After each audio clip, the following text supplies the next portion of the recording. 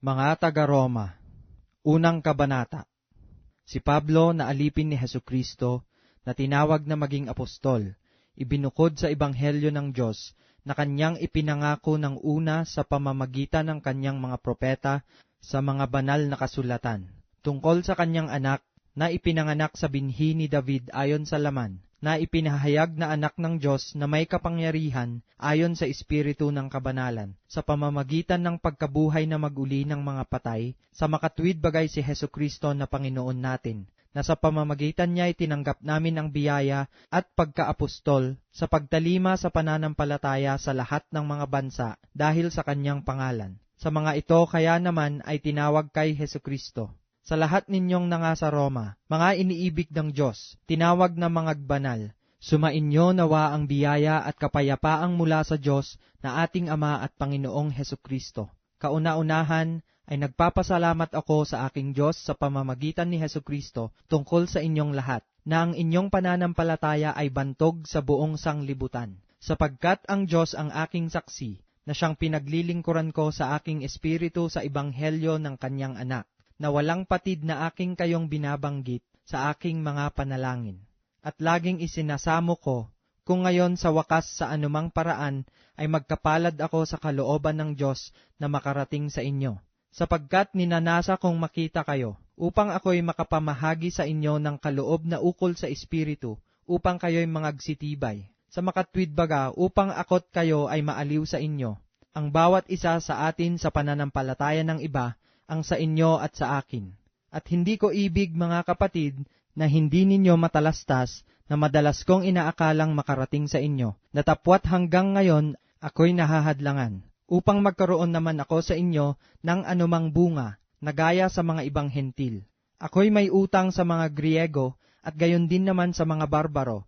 sa marurunong, at gayon din sa mga mangmang. Kaya nga, sa ganang akin, ay handa akong ipangaral din ang ebanghelyo sa inyong nga sa Roma, sapagkat hindi ko ikinahihiya ang ebanghelyo, sapagkat siyang kapangyarihan ng Diyos sa ikaliligtas ng bawat sumasampalataya, unay sa Hudyo at gayon din sa Griego, sapagkat dito ang katuwiran ng Diyos ay nahahayag mula sa pananampalataya hanggang sa pananampalataya, gaya ng nasusulat, ngunit ang ganap ay mabubuhay sa pamamagitan ng pananampalataya. Sapagkat ang puot ng Diyos ay nahahayag mula sa langit laban sa lahat na kasamaan at kalikuan ng mga tao, na mga sinasawata ang katotohanan ng kalikuan. Sapagkat ang nakikilala tungkol sa Diyos ay hayag sa kanila, sapagkat ito'y ipinahayag ng Diyos sa kanila. Sapagkat ang mga bagay niyang hindi nakikita, buhat pa ng lalangin ang sanglibutan, ay nakikitang maliwanag,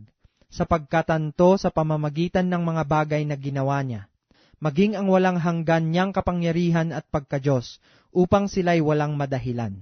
Sapagkat kahit kilala nila ang Diyos, siya'y hindi niluwalhati nilang tulad sa Diyos, ni pinasalamatan, kundi bagkos ni walang kabuluhan sa kanilang mga pagmamatuwid, at ang mangmang nilang puso ay pinapagdilim. Ang mga nangagmamarunong ay naging mga mangmang, at pinalitan nila ang kaluwalhatian ng Diyos na hindi nasisira, ng isang katulad ng larawan ng tao na nasisira, at ng mga ibon, at ng mga hayop na may apat na paa, at ng mga nagsisigapang. Dahil dito'y sa karumihan ng mga pita ng kanilang mga puso, ay ibinigay sila ng Diyos sa kahalayan, upang alisan nila ng puri ang kanilang mga katawan sa kani-kanilang sarili, sapagkat pinalitan nila ang katotohanan ng Diyos ng kasinungalingan, at sila'y nagsisamba at nangaglingkod sa nilalang kaysa lumalang, na siyang pinupuri magpakailanman siya nawa. Dahil dito'y ibinigay sila ng Diyos sa mga mahahalay na pita,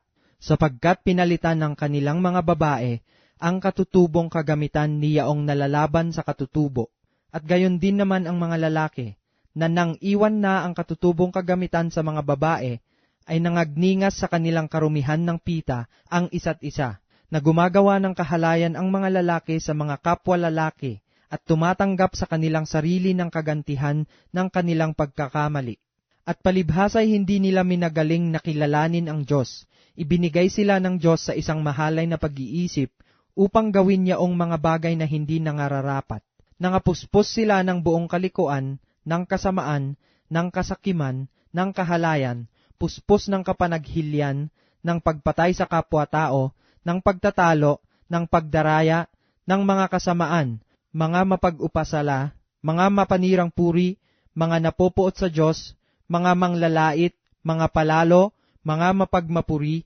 mga mangangatha ng mga kasamaan, mga masuwayin sa mga magulang, mga haling, mga hindi tapat sa tipanan, mga walang katutubong paggiliw, mga walang habag, na bagamat nalalaman nila ang kautusan ng Diyos, na ang mga nagsisigawa ng gayong mga bagay ay mga karapat-dapat sa kamatayan, ay hindi lamang gayon ang ginagawa, kundi naman pinapayagan ang mga nagsisigawa ng mga yaon.